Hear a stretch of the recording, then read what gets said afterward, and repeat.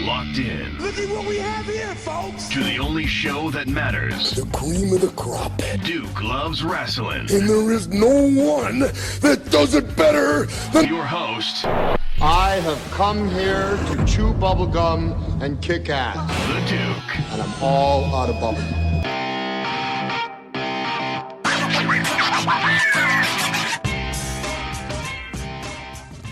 Welcome back to Duke Loves Rasslin, the show about pro wrestling and everything else.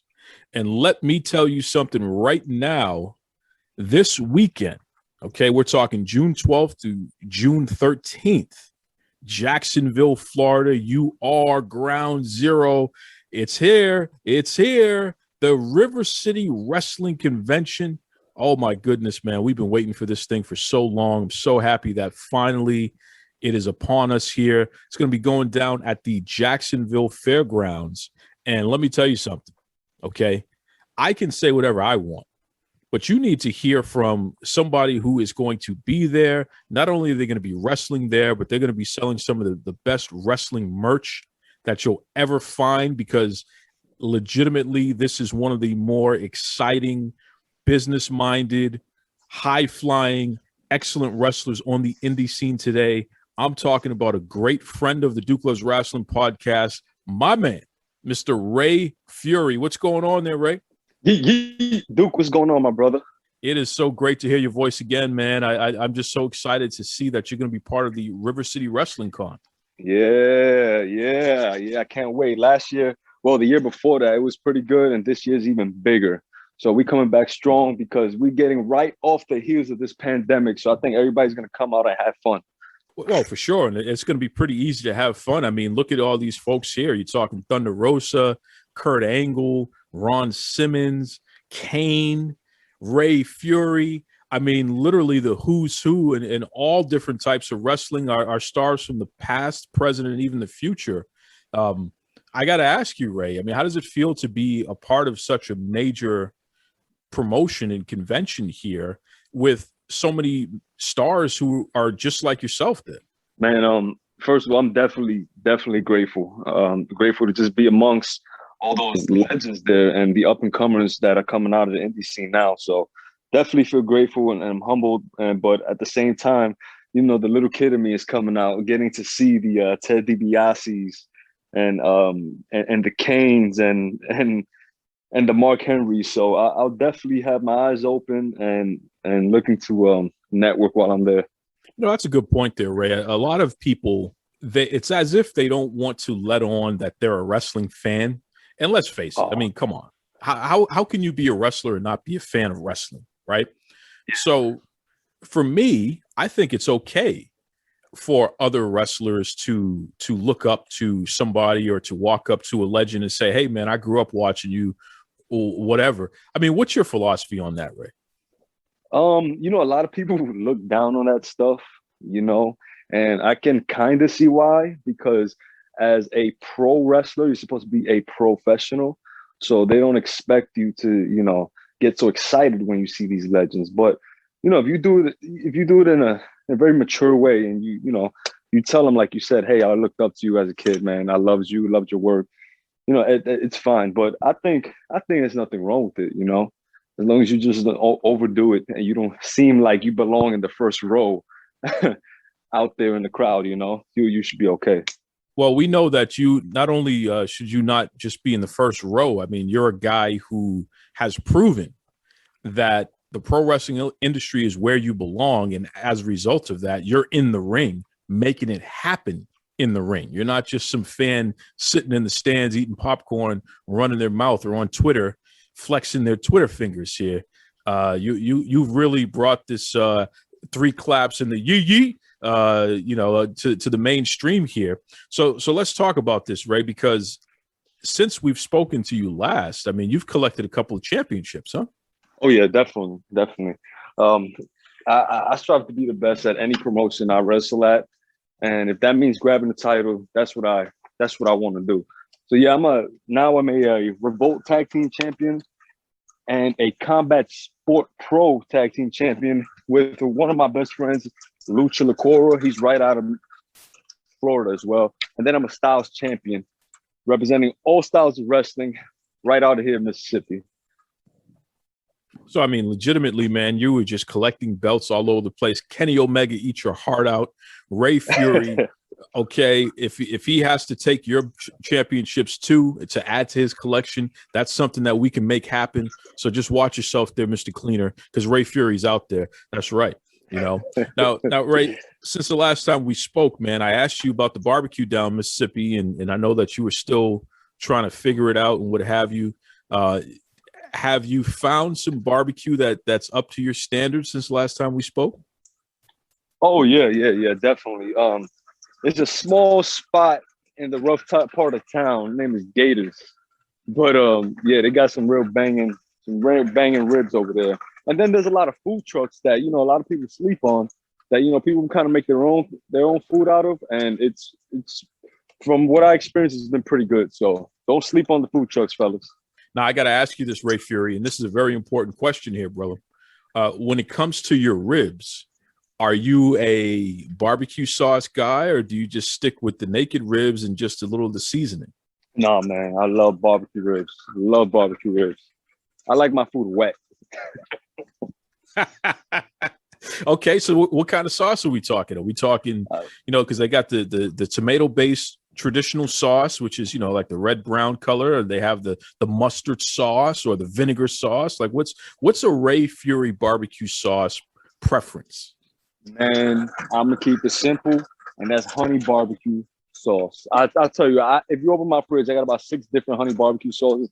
I like to try them all, and I got different preferences and different meals, different nights. So that's the go-to for me, honey barbecue sauce. You cannot be down there in the Mississippi and not have a barbecue sauce preference. I'm telling you right now, man. So I'm with you on the honey barbecue. I am all about the honey barbecue. I love it. No two ways about it there. So Ray, what can we expect at River City Con? Because I heard a rumor that you're going to be stepping in the ring and you're going to be handing out some discipline. Oh, baby. Ain't no rumor. Let me tell you, I'm going to step in the ring against somebody I've been watching for a while, man. His name is Snoop Strikes, and he's right out of Florida. So the fans will be more acquainted to him, especially him being on MLW. But he's fast. He's talented. I give him that. But you already know the drill. I'm coming through to drop one F-bomb and taking it home. So once again, we are talking River City Wrestling Con, June 12th through the 13th. Okay, and that's going to be in Jacksonville, Florida, at the fairgrounds there. Listen, I need you all to stop what you're doing. Make sure you grab your tickets, because I'm telling you right now, especially Saturday, June 12th, and that is this Saturday, you need to go check out Ray Fury. Okay, you need to see him beat the hell out of his opponent, because that's what he's going to do. You need to see Ray Fury have a good time out there, but most importantly, you got to go get a picture with Ray Fury. You got to check out his great merchandise. I mean, legitimately, this dude is just incredible when it comes to marketing, when it comes to the merchandise, when it comes to having a good time. The kids love him. The ladies love him. The fellas respect him. Ray Fury, without a doubt, is one of the more exciting people out there in the indie scene today. And you're going to find out why at the River City Wrestling Convention there. Ray Fury, listen, brother, appreciate you so much. Why don't you let everybody know how they can follow you online as well? You want to follow me on Twitter or Instagram? It's Ray Fury Official, and on there you can find out where my YouTube is. There's links to my Big Cartel website where I got all my merch at, and my pro wrestling tees as well. You already know. Can I get 2 claps and a yeet yeet? Yeet yeet. Real fun conversation there with Mr. Ray Fury. Good dude. Real good dude, and I'm really excited about River City Wrestling Con, not only because they just have a stacked lineup of top stars, like we said before, Thunder Rosa and Kurt Angle and Mark Henry, Kane, just a really stacked card. Layla Gray, the Outlaw Luke Curtis, just a really stacked card there. Ray Fury, but I like talking to Ray because Ray is, for lack of a better term, an adult. Ray's an adult. This guy markets his stuff. I mean, it's just amazing. He's constantly investing in his merch. He always has something new out there for the fans, and he moves a lot of merch. People love him, especially the kids. And he's a positive dude. He's doing a lot of great things out there, so he's somebody who there's a good reason why the kids follow him, So if you get a chance to check out anything Ray Fury has going on, you definitely should, because the dude he's the real deal. He's the real deal. It's June 10th, so we're trugging along here. Summertime. Summer. That's right. I'm not going to say the whole thing. That's right. It's been hot. It's been really hot in Boston. I mean, heat wave and all that good stuff there. And you all know at this point, the Duke does not do the heat. I can't stand it. I want the snow to come back so I can cool off. Jesus, help me. Somebody send me some snow, please. But we're coming off of a interesting weekend last weekend. Floyd Mayweather took on Jake Paul, knocked him out, and then proceeded to hold him up and dance with him until Jake Paul woke up. So he basically carried this man throughout the fight. It was an exhibition. I don't even want to call it a fight. It was an exhibition. And Floyd laughed all the way to the bank. I mean, he called it a legal bank robbery. So I'm going to have to get some of my MMA and combat sports analysts on the show, especially Reed, our man Reed. Got to get him back on the show to talk about this, because I don't know what the hell that was. It was interesting, though. It was real interesting. I want to know what you think. I mean, do you think that these exhibitions, do you think that people expect too much? Because it's pretty clear that they are not competitive fights, right? They try to make it clear up front that this is an exhibition, which means that there is no person that's going to be crowned the quote unquote official winner of the match. They don't even score the match officially. So now what? I don't know. But for those of you who paid money for that, gotcha. So that was a mess. This weekend, Mission Pro Wrestling, they have another major event coming up on the Title Match Network. So that should be fun. Next week we'll review that as well. Can't wait to see what comes out of that. I still say that, our champion, my champion, La Abusadora, La Rosa Negra, she's the Mission Pro Wrestling World Champion. She's probably the most underrated wrestler on the planet today, because she's so good and she can do so much. And yet it's as if these major promotions, I don't know what they're doing. I mean, if I ran a promotion, I would back up the Brinks truck and pay La Rosa Negra whatever she wanted to come on my card, and then I would build an entire division around her. I mean, she's that good. She's great. So we're going to keep pounding the drum here about La Rosa Negra, because it's like people taking her for granted, man. It's crazy. I don't know. It's, a lot has gone on in wrestling this week. As we speak, the NXT TakeOver press conference is happening. Well, it's a conference call, I should say. And Triple H said something really interesting. He blames the fans for having a negative attitude and says that, they ruin a lot of things. And I just think that's so hilarious. It's hilarious. And I know some knucklehead is going to say, well, he's just speaking in character.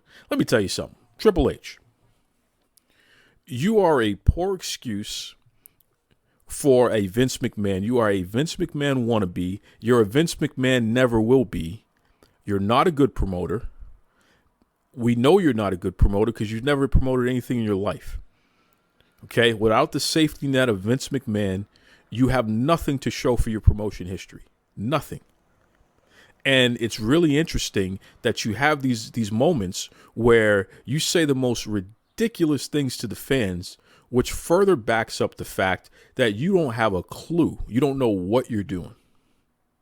You don't have a clue. You're blaming the fan. At least go out there and do some kind of heel character so that when you say something ridiculous, you can always blame it on the character, right? You're speaking as an executive and you're disrespecting your consumers. What is wrong with you? What is wrong with you? And it really makes me scratch my head because it's like, buddy, I don't think you understand that if I turn the channel, I'm not coming back. It's like, what it's self-sabotage. And it further reinforces the point. I know a lot of you out there, you want to give Triple H credit for anything positive that happens with the WWE. And you want to blame Vince McMahon for anything that you perceive as being negative. And you want to claim that, well, once Vince is gone, then Triple H is going to be so much better. Let me tell you something. I've been very consistent about this fact. Triple H is not a good promoter. He's just a guy whose father-in-law is financing his ability to learn on the job, and that's great. But you don't have any real skin in the game, Junior. You don't have any skin in the game, right? At the end of the day, it's not really your money, right? So for you to sit there and be derogatory towards the fans, I mean, I just find you to be a joke. And I don't care what anybody says, and I know that, you shouldn't say that, and you're going to piss off Triple H, and then, what do I care? You know what I mean? Look, I'm going to call you all out. I don't care. At least I'm consistent. No one could ever say I'm not consistent about my criticisms and praises, because I do put the company over a lot. But no one can say that I don't call them out when they're doing just blatant nonsense. And I got to tell you, I just find Triple H to just be a bore, and to just be the type of person that I just know that I have no interest in this guy. I really don't. I don't have any interest in this guy. I never liked him as a wrestler.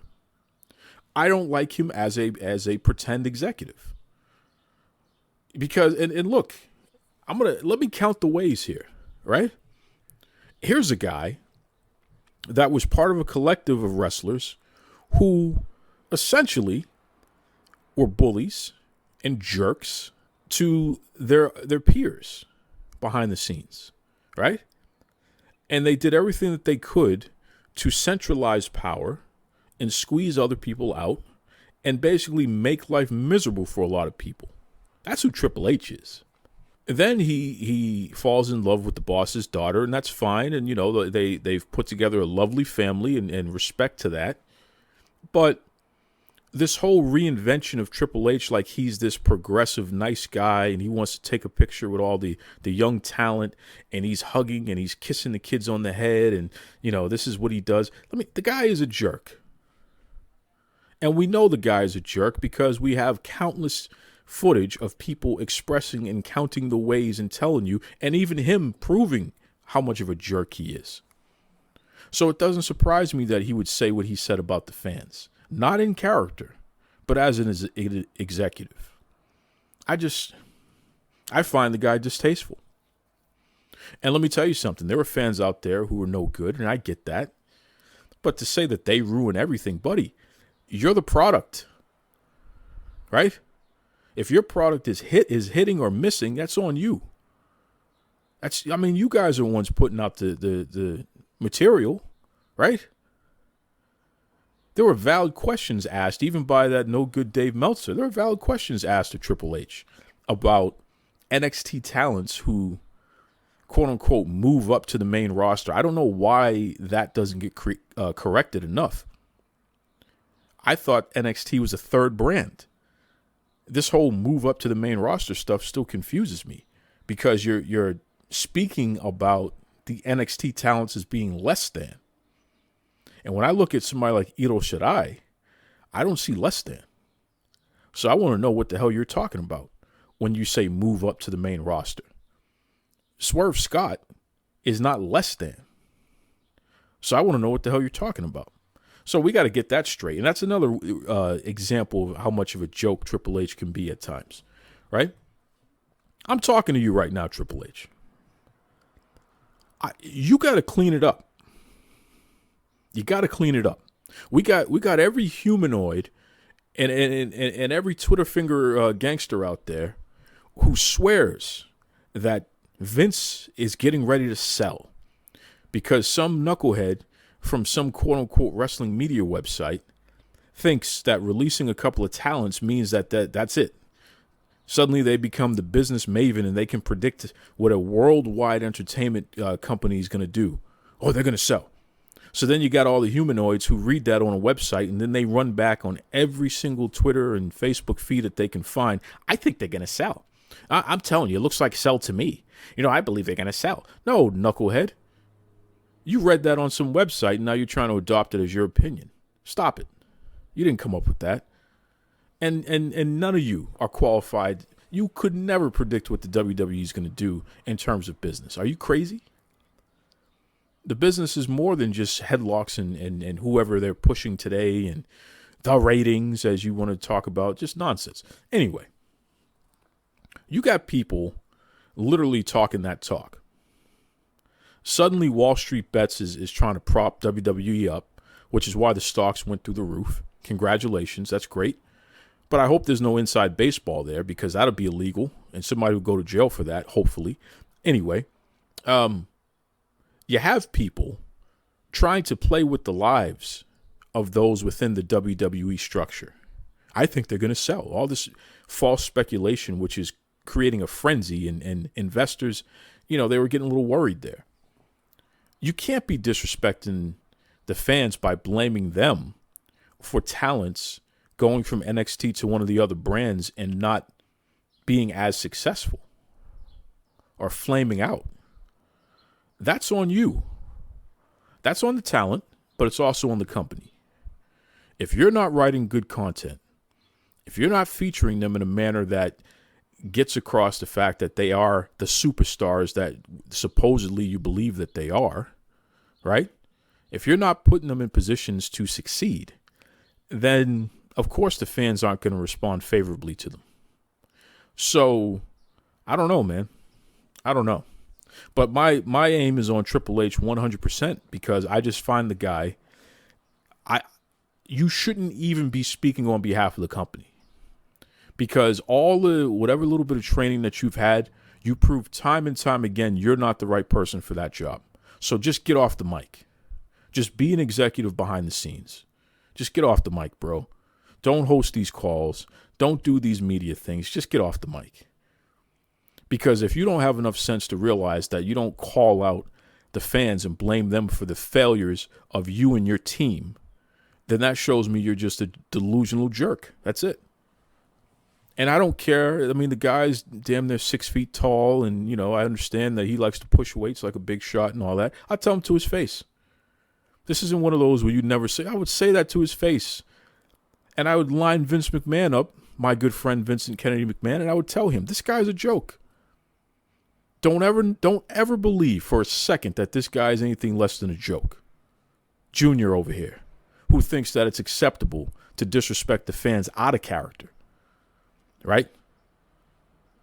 Because I know some of you are going to give me clips of Vince McMahon calling the fans idiots or something like that. Well, he's doing that in the context of the character Mr. McMahon. So you can hide behind that. Triple H is just out here just being a fool. Because this is how he really feels, and we know this is how he really feels. Right? I'm telling you. It boggles my mind. And the thing is, we put up with it. I call this guy out every chance I get over this crap. And you know what? I'm going to take it a step further. Stephanie McMahon, you talk to this guy and tell him to cut it out.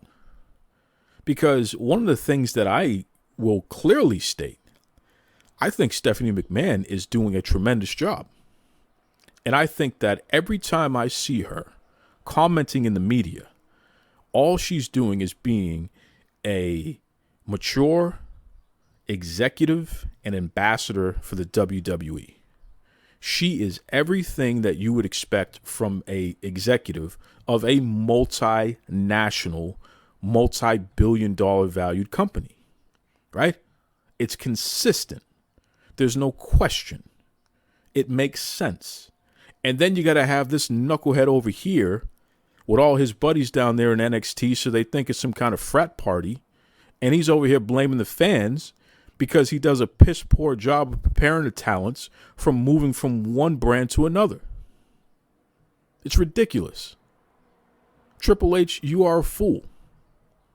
I'm telling you this, bro. Okay? You're a fool. It's like you're begging people to change the channel. And watch it, don't watch it. You know, you don't like it, don't watch. Like, bro, stop telling people not to watch your product. Are you crazy? Listen, I'm going to fire this guy. I'm going to send this guy pink slipped in a second. All right? Because I do not put a microphone in that man's hands in front of his mouth again, speaking on behalf of the company until he gets some proper media training. Because this guy is just, he's lost it. He's completely lost it. I don't know what the hell he's doing. Well, I don't know why, the people are so negative out there. Well, buddy, you're calling the fans idiots. You say, I'm paraphrasing here, but you're blaming them for your failures. Can you take some responsibility and say, hey, we need to do a better job? That's why we just hired all these great writers. And, we're going to take a look at that from a creative process. And, things continue to move and change and the landscape out there changes. Fans' interests change. So, there are a lot that goes into this stuff, but, we're doing what we can and we have plenty of success stories. But within that, there are some things that fall through the cracks, but we're doing all that we can to plug those holes and just stick with us. We got some exciting things coming up. That is how you answer those questions. That's how you do it. Jeez. This knucklehead. Well, the fans ruin everything. And listen, I'm going to give this guy a pink slip. I'm going to give him a pink slip. I'm going to fire this guy. Triple H, I officially fire you. You are no longer to speak on behalf of World Wrestling Entertainment Incorporated. And this duty, this privilege that you've had will never be restored until you learn how to properly address the media and speak about your consumer in a manner that is positive instead of being a jerk. You're fired. That's it. Not going to put up with this. You're not going to sit there and take something that Vincent Kennedy McMahon has poured everything into. This man has gone through bankruptcies over this company, okay? He has put everything in here. You want to talk about bleeding, sweating, and paying the price of a wrestling lifetime? That's what Vince McMahon has done with this company.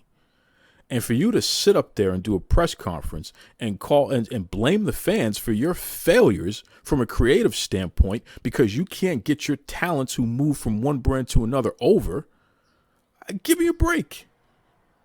I got to fire this guy. He's fired. He's no longer allowed to speak on behalf of the company. Vince, I got this one.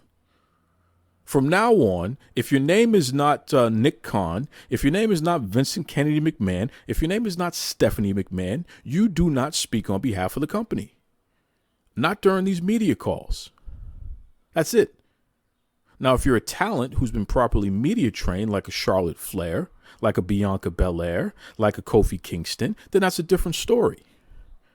At least I know I can count on them not to say something so ridiculous. Triple H is too comfortable. That's the problem, He's too comfortable. He's living high off the hog here, right? He's got this wonderful situation where the business that he's always wanted to be in.